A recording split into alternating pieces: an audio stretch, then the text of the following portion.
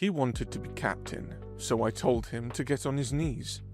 We fought to be captain until I publicly pinned him in the mud. You ever hate someone so much it starts to feel like foreplay? Because that's Oliver for me.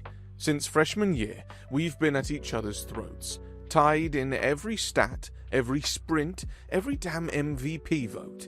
If I ran a 5-2, he ran a 5-1. If I landed a tackle, he landed 2 harder. I breathe, he glares like I stole the air first. And now, senior year, 1 captain slot, 1 title we both want like blood in our teeth. So, yeah, it was always gonna end ugly, but I didn't think it'd end like this.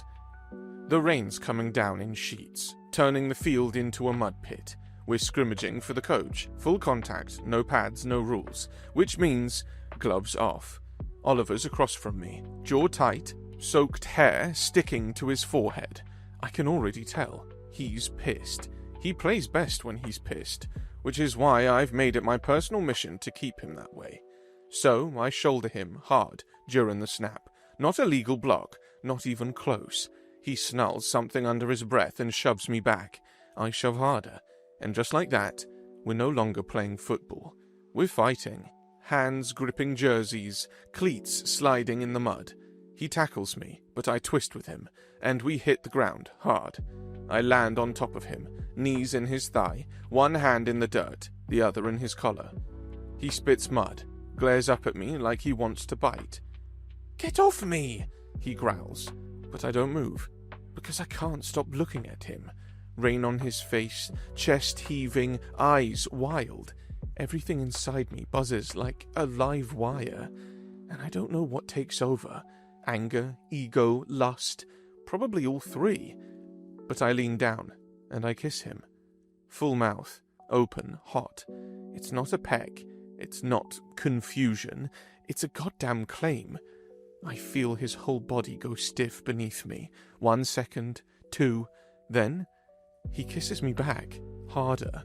Teeth, tongue, mud-slicked hands pulling at my jersey like he wants to rip it open, or rip it off.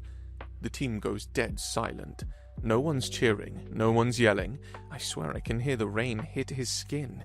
Then I pull back, just enough to see his face. And it's wrecked. Flushed, eyes blown wide, lips red, like I just short-circuited something inside him. I don't say anything, just let the moment hang there like steam off our breath.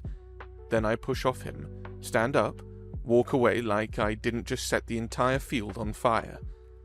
Let the team talk, let them stare, but I knew what happened when someone like Oliver lost his cool, in front of everyone, including Coach.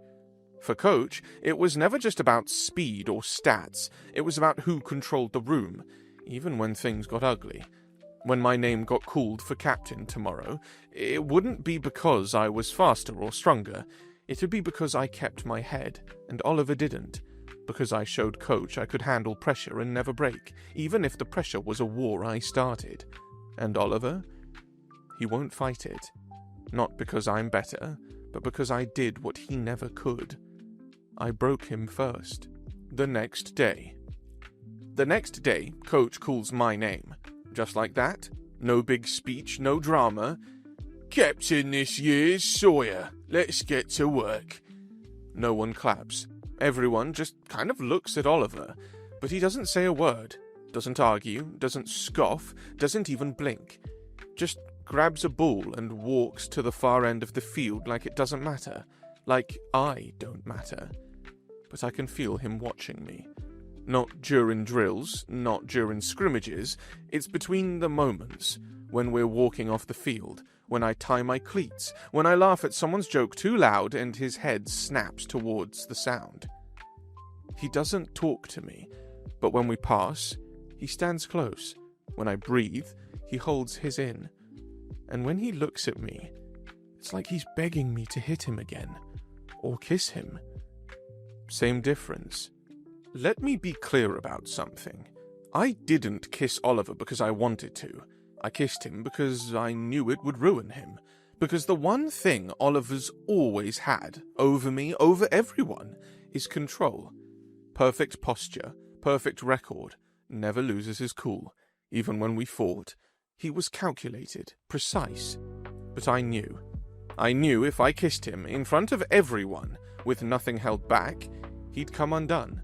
Because it wouldn't just be about me. It'd be about him. What it meant, what it exposed, what he'd been fighting a lot longer than just me. And I was right. Because since that kiss, he's been spiraling. Later that evening. It's late. Locker room's empty, lights low. I'm sitting on the bench, towel around my neck, checking my phone when I feel him. Oliver, behind me. I don't turn around right away. I let him speak first. His voice is low, barely a rasp. You didn't win because you're better. I glance up in the mirror. He's standing there, soaked in sweat, lips parted like he ran here just to say it. You won because you broke me. I hold his stare for a second too long, and then I smile. Slow, sharp, quiet. Because yeah, that was always the point. A few days later. It starts after a late practice. Everyone's gone. Lights half off, just the echo of cleats and running water somewhere in the back. I'm grabbing my stuff when I hear the door slam. Turn around. Oliver's standing there. Hair damp, jaw clenched, eyes like he's been chewing glass all day. He doesn't speak, doesn't blink, just walks straight up to me and shoves me against the lockers. And I let him, because I know what this is. His hands are fists, but his mouth is hungry. He doesn't kiss me, not really, just presses his face into my neck like he's punishing himself for being here. I pull him closer, grip the back of his shirt, drag him down onto the bench. It's fast, messy, no words, breathing too loud, hands too rough. He won't look at me, won't touch my mouth. When it's done, he buttons up like he's running from something. This never happened, he mutters. I smirk. Sure, it'll happen again. 2 days later. The next time, it's behind the stadium. We're supposed to be doing laps, but Oliver twists his ankle and disappears. I find him near the supply shed, pacing like he's about to lose it. I don't ask, just step into his space. He grabs me by the collar and slams me back against the brick wall. This is a mistake, he growls, but his hands are already under my shirt, and I swear to God, he shakes when I pull his belt open, like his body's at war with his mouth. We don't talk, we just take. His forehead hits my shoulder when it's over. I don't move, don't speak. He zips up, doesn't even meet my eyes. Don't follow me, he says. I wait 10 seconds, then follow him anyway. A few days later. I'm parked behind the gym, engine still running, rain's tapping on the roof like it knows what's about to happen. He slides into the passenger seat without a word. We don't greet each other anymore. He just pulls his hoodie over his head, climbs into my lap and buries his face in my neck. And for a second, it almost feels soft. But then his fingers grip the headrest, and I bite down on his shoulder, and we're back to what we are. We steam up the windows in 10 minutes flat. Still no kissing, still no talking. He climbs off me like I burned him, stares straight ahead, breathing hard. I hate you, he whispers. I laugh under my breath. No, you don't. He slams the door shut without answering. 2 days later. It's Saturday morning. Everyone's gone for the weekend. I show up early, like always. He's already there, sweating, slamming his shoulder into the tackling dummy like it insulted his mother, over and over, harder each time, like pain might shut his brain off. I walk over. He doesn't stop, doesn't look at me, until I say, "You don't have to pretend." He turns, fast, eyes glassy, chest heaving. I do, he snaps. I have to pretend this isn't happening. I have to pretend you don't freaking get to me. I take a step closer. Then don't pretend. He shakes his head, laughs bitter. You think you win just because I let you touch me? You haven't won anything. But the second I brush his arm, he flinches like I touched a nerve, and when I press him to the goalpost, his breath stutters. He lets me undo him again. Not because he wants to, but because he needs to. And me? I want him cracked open, because desire's a better weapon than hate, and I always knew how to fight dirty. 4 days later. It's one of those nights where everything's too quiet. Late practice turned into extra drills, and extra drills turned into me staying behind to ice my ankle alone. The showers are off, the lights are buzzing, everyone's gone home. Except, the door creaks open. I don't look up right away. I already know who it is. Oliver doesn't slam the door like he usually does. He closes it soft, like the sound might break something. He walks toward me slow, hoodie soaked, hair dripping. Rain clings to him like a second skin, and his eyes, they don't look angry tonight, just tired, lost. I don't say a word, neither does he. He stops in front of me, and for a second I think he's going to speak. Instead, he tugs his hoodie off, drops it to the floor, and sits down beside me on the bench, close enough to feel the heat off his skin. It's quiet, too quiet. I turn toward him, just slightly, and he finally looks at me. Not like he wants to win, not like he wants to fight. He looks like he wants out of whatever war we've been stuck in since freshman year. I lean in. I kiss his neck. He exhales, shudders once, then grabs my shirt like he needs something to hold on to. We don't rip into each other like usual. No slamming, no bruising, just heat. Slow, careful, real. After I pull my shirt back on, expecting him to storm off like he always does, say something like, "This was a mistake," or "Don't touch me again." But he doesn't move. He just stays, leaning against the locker, legs stretched out, breathing steady. We don't talk. We don't even look at each other. But he's still here. I can't stop thinking about that. A week later, we're in the middle of a full team drill. It's hot, we're tired, and tempers are starting to simmer. I sprint to catch a pass, jump high, fingers just barely closing around the ball. But the second I land, I feel it. Oliver, slamming into me from the side. We both crash to the ground, tangled in each other, sliding through the grass. I grunt, he curses, the ball rolls away.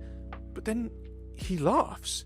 Not mocking, not smug, just genuinely laughs. I glance over, and for a second, he's smiling like a real person. Not my rival, not the guy I kissed in front of the whole team. Just a boy, flat on the grass, lit up with something almost human. And then, his hand brushes my chest. It's not rough, it's not part of the play, it's instinctive, soft, like he forgot where he is, who he's touching.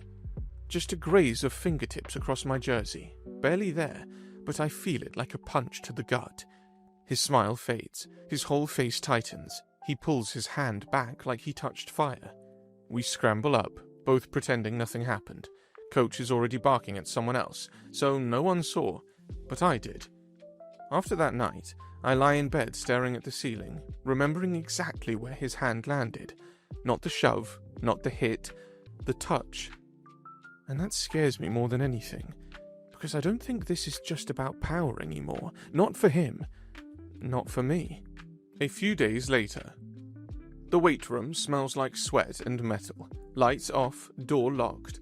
The only light is from the hallway exit sign bleeding through the crack under the door. We're not supposed to be here, but we always end up where we're not supposed to be. Oliver shuts the door behind him without looking at me. His jaw is tight. His fists are tighter. I don't move. I just sit on the edge of the bench press, watching him. It's like a game now. Who caves first? Tonight? It's him.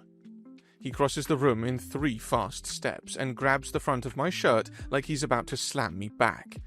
But he doesn't. He just stands there, close enough that I can hear his breathing, feel the tension in his fingers. Then his hands slide up, rough but hesitant, and he cups the back of my neck. For a second, it looks like he's going to kiss me, mouth hovering near mine, breath shaking.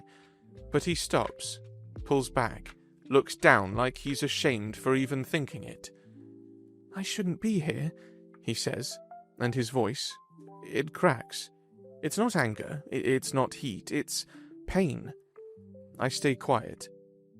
"You always say that," I finally mutter. "And you always come anyway." He laughs once. It's bitter, not funny. "This time I mean it." He turns to go. I don't stop him, but then he freezes in the doorway, shoulders stiff. He says it like a secret. "I don't hate you." A pause, long. He doesn't look back. "I don't think I ever did." And just like that, he's gone. The room feels colder the second he's out of it, and I sit there, stunned, because now I know something I can't unknow. This isn't power anymore, not revenge, not just sex. He's fooling, and what terrifies me is, I think I'm fooling too. 3 days later. He skips practice. No text, no explanation. Coach says, "He's sick." But the way he says it? Flat, dismissive, like Oliver's already starting to disappear. And that doesn't sit right with me. So I drive to his house. It's dark out. Quiet neighborhood, the kind where all the porch lights are on, but nobody talks to each other. I sit in the car for a full minute before texting him. Come outside. It takes a while, but then the front door opens. Oliver walks out in a hoodie 2 sizes too big. He looks like he hasn't slept, like he hasn't eaten. He gets in without a word. We sit there in silence. Rain hits the windshield, the only sound. He doesn't even look at me. So I speak first. "I don't want to break you." He flinches, just barely. I grip the steering wheel tighter. "I just wanted you to need me. I thought, if you needed me, I'd win." He exhales, closes his eyes. "And now?" I swallow hard. "Now, I don't care about winning." He finally turns toward me, and the look on his face, it's not guarded, not angry, not even hurt. It's tired, like he's been carrying this whole thing on his back and just can't anymore. "Yeah," he says. "Well, you got what you wanted." I reach over, take his hand, and for the first time, he lets me. No pulling away, no shoving, no act, just his hand in mine. And silence. But this time, it's not empty. It's honest. The next day. You can always tell when people know something they're not saying. It's the way they talk, just a little quieter when you walk by, how their eyes flick toward you, then past you, how laughter takes on this edge, like it's not really about a joke anymore. That's what it's been like lately. Like everyone's almost brave enough to say it, that something's going on between me and Oliver. It started with whispers. Someone swore they saw us disappear into the gym after practice last week. Another guy said he saw a hoodie-wearing figure, definitely Oliver, sneak out my back gate sometime around 1 a.m. Now the whole hallway's buzzing. No one's said it to my face yet, but I feel it in every look. The knowing smirks, the side eyes from guys I've tackled to the ground a dozen times, the way even Coach watched me a second too long in the locker room this morning. And Oliver? He's ice. Straight back, unbothered, headphones in, eyes forward, except when he thinks I'm not looking. Then I catch it. That quick glance, that flicker of worry, like he's waiting for this to blow up in his face. And maybe he should be, because this secret we've been nursing in the dark, it's starting to leak. A few hours later. I didn't expect to see him, not here, not like this. I was walking toward the vending machines when I saw the back of his head. Dark curls, black hoodie, leaning casually against the courtyard wall like he belonged there. And then she showed up. Emily something. Debate team. Soft voice, pink backpack. One of those girls who always seems like she smells like laundry detergent and safety. She walks right up to him, all smiles and sunshine, and he lets her wrap her arm through his, lets her giggle like she knows him, like she's always known him, and worst of all, he smiles back. Not his real smile, not the crooked, sleepy one I've seen when he's half naked with me. This one's practiced, perfect, like a family portrait smile, but it's enough to make my throat go dry. Then she leans in and kisses him, fast, cutesy, public. And he doesn't pull away. He leans into it, and for a second, I can't breathe. He turns just a little after, like he feels me watching. Our eyes meet, and there's nothing on his face. Not regret, not apology, just a blank stare like he doesn't even recognize me. I laugh, bitter, low. So that's how it is. A few days later, I didn't even want to come to this thing, this party. Was gonna stay home, sleep off the week, maybe punch my pillow a few times. But then I heard Oliver would be here, with her. And suddenly I wanted blood. I walk in around 10, hoodie low, hands in pockets. The place is packed. Lights dim, bass heavy, that sticky floor chaos of cheap beer and louder voices. I find him fast. He's by the fireplace, Emily tucked under his arm like a designer accessory. He's laughing at something her friend said, eyes all soft and fake. She looks up at him like he's the only thing in the room. I feel something sharp twist in my chest. So, I do what I do best. I find the nearest girl. Katie, Cara, I don't ask. She's cute, she's drunk, and she likes attention. I let her pull me toward the kitchen, giggling. I lean against the counter like I don't care who's watching, and then I kiss her. Messy, loud, tongue and teeth and hands everywhere. She moans against my mouth. Someone whistles, and through the haze, I catch movement at the corner of my eye. Oliver, watching. His smile's gone, his jaws tight, eyes locked on me like I've just stabbed him in the gut. Good. Let him bleed. I pull Katie closer, kiss her again, deeper, slower, make sure he sees everything. When I look back up, he's gone, and I don't feel better. I just feel hollow. 2 days later, I'm still peeling off my pads when Johnson walks over. Coach wants to see you. Now. He doesn't look at me when he says it, just dumps it on my shoulders like a brick and walks away. By the time I got to the office, Oliver's already there, sitting in the hard plastic chair across from Coach's desk, elbows on his knees, hood up, not meeting my eyes. I slide into the seat beside him. Coach doesn't speak right away. He just leans back, laces his fingers across his stomach. His face is unreadable, too calm. That's what makes it worse. Finally, he says, "You two think I'm an idiot?" Silence.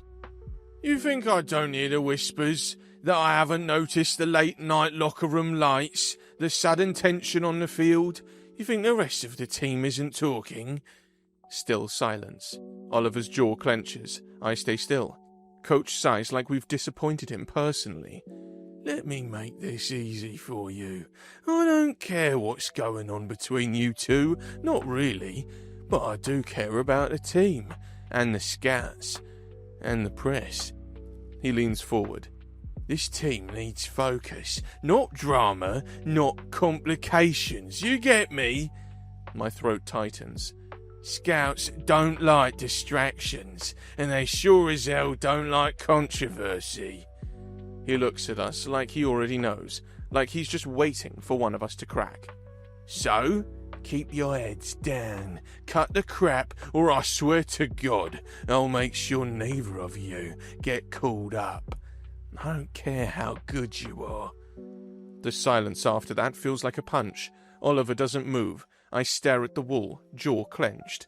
When we finally leave, we don't speak, not even a glance, but the air between us, it's charged. We're not in control anymore. About an hour later, the gym is dead. Everyone else went home hours ago. I'm waiting in the weight room, not working out, just sitting on the bench press, staring at nothing. I knew he'd come. He always does. When the door opens, I don't even look up, just say, "You don't get to play both sides." He says nothing. "You don't get to kiss me in the dark and hold her hand in the sunlight." Still nothing. I finally look up, and the expression on his face? It's not smug. It's not cold. It's haunted. I stand, step closer, say it again, slower. "Do you want me or not?" His face twists. Then he shoves me. "You ruined me!" I laugh, bitter, broken. "Then ruin me back." He lunges. We slam into the wall, then the floor, then the old trophy cabinet. The kiss is all teeth and fury, tongues clashing, breathless gasps, the sound of something crashing to the ground. A trophy, maybe? I don't care. His hands are gripping my shirt like it's the only thing keeping him up. My knee hits something. Pain shoots up my thigh. Doesn't matter. We're kissing like it's punishment, like we're trying to undo each other, like this is the only way we know how to feel anything anymore. And then, a sound. The door. Footsteps. Someone freezes in the hallway. We break apart instantly. Breathing ragged, heart pounding. The hallway's empty now. Whoever it was, they're gone. But we both know what just happened. The secret? It's not secret anymore. A few minutes later, the broken trophy lies on the ground, gold plastic arms ripped off, the rest of it rolling in a slow circle like it hasn't realized it's destroyed yet. Oliver's sitting on the floor, back against the wall, hands in his hair. I'm still standing, heart racing, chest tight, every inch of me buzzing. No one speaks. I don't even know what to say. Sorry feels like a joke. Shit doesn't cover it. We're both still half-dressed, flushed, sweating. Anyone who walked in now would know. But no one does. We're alone. Just the sound of a cracked ceiling fan and the faint echo of whoever saw. And then I do something stupid. I sit down next to him, not touching, just close enough to feel the heat of his body. He doesn't look at me, but he doesn't move away either. I whisper, "We're screwed." He lets out this half-laugh, half-sigh that sounds like a sob, and for once, we don't try to fix it. Don't pretend, don't lie, don't kiss to forget. We just sit there, two boys in the wreckage of everything we weren't supposed to feel. The next morning. The second I step into the room, I know it's going to be bad. Coach's face is red, like redder than usual, like someone just told him the team bus exploded. Oliver's already sitting there, hands clenched between his knees, hoodie still damp from the walk over. He doesn't look up when I come in. Coach doesn't waste time. "Close the door." I do, hands shaking. "Sit." We sit. Then Coach lets fly. "You think I'm some dumbass?" He slams the desk hard. "You think I didn't hear about the broken trophy, about the fight, about the spectacle in my goddamn weight room?" We both flinch. "I warned you, the scouts are watching," he says, voice suddenly low. "You just handed them a show they will never forget." He glares at me. "Sawyer, I should pull your captaincy. Oliver, I should bench you both for the rest of the damn season." My heart drops. Then, "I started it," Oliver says. His voice is low but firm. "It was me." Coach's head snaps towards him. "I shoved him," Oliver continues. "Lost my temper, said things I shouldn't have. It was all on me." I turn to him like he's speaking a different language. His face is calm, controlled, but his knuckles are white. Coach squints at him. "You expect me to believe that?" Oliver nods once, doesn't even blink. I want to say something. I want to interrupt, to tell the truth, to split the blame. But I don't. Because I see it in his face. He's doing this for me. And it hits harder than anything he's ever said. Because he's never protected me before. He's only ever fought me. And now, in the ugliest, most humiliating moment of our senior year, he's taking the hit. And it hurts. It hurts like hell. Friday night. Final game. This is it. Last shot. Last chance. I can't feel my fingers. My lungs burn. The cold seeps through my jersey like ice water, but I keep moving. We're tied at the start of fourth quarter. Everyone's wired. The crowd is deafening. Plays blur together, collisions and commands, the slaps of cleats against mud, my breath coming in bursts. Oliver's out there too. Helmet low, fast, sharp. He hasn't spoken to me since the office. Not one word. But when we move, we're still in sync. He catches what I throw. I block where he runs. We don't have to talk. We know.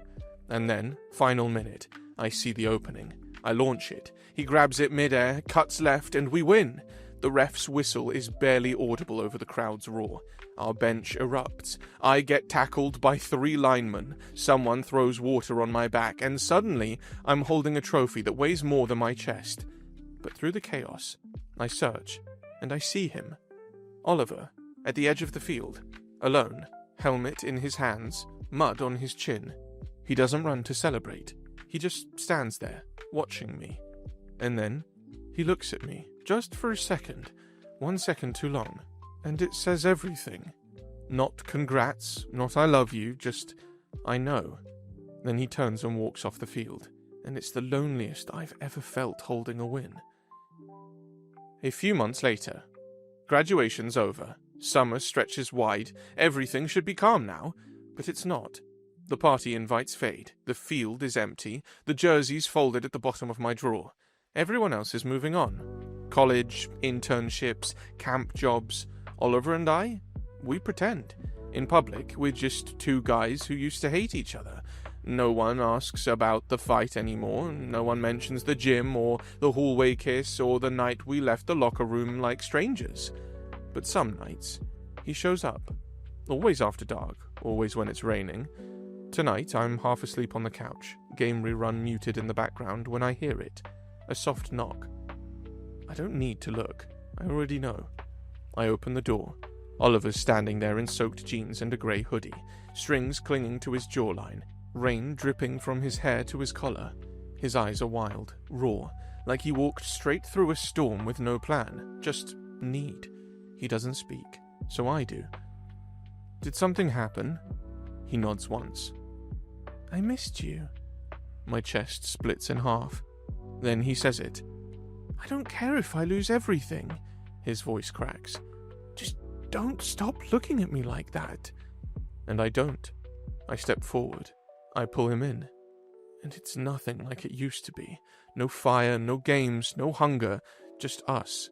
Holding, breathing, existing. Real. Weeks later. We lie in bed together now. Open windows, bare skin. No one watching. He's curled towards me. Fingers laced in mine, forehead resting against my arm like he belongs there. Because he does. The world hasn't changed. People would still talk. Scouts would still judge. But none of that matters anymore. Because he's here. Not sneaking in, not storming off.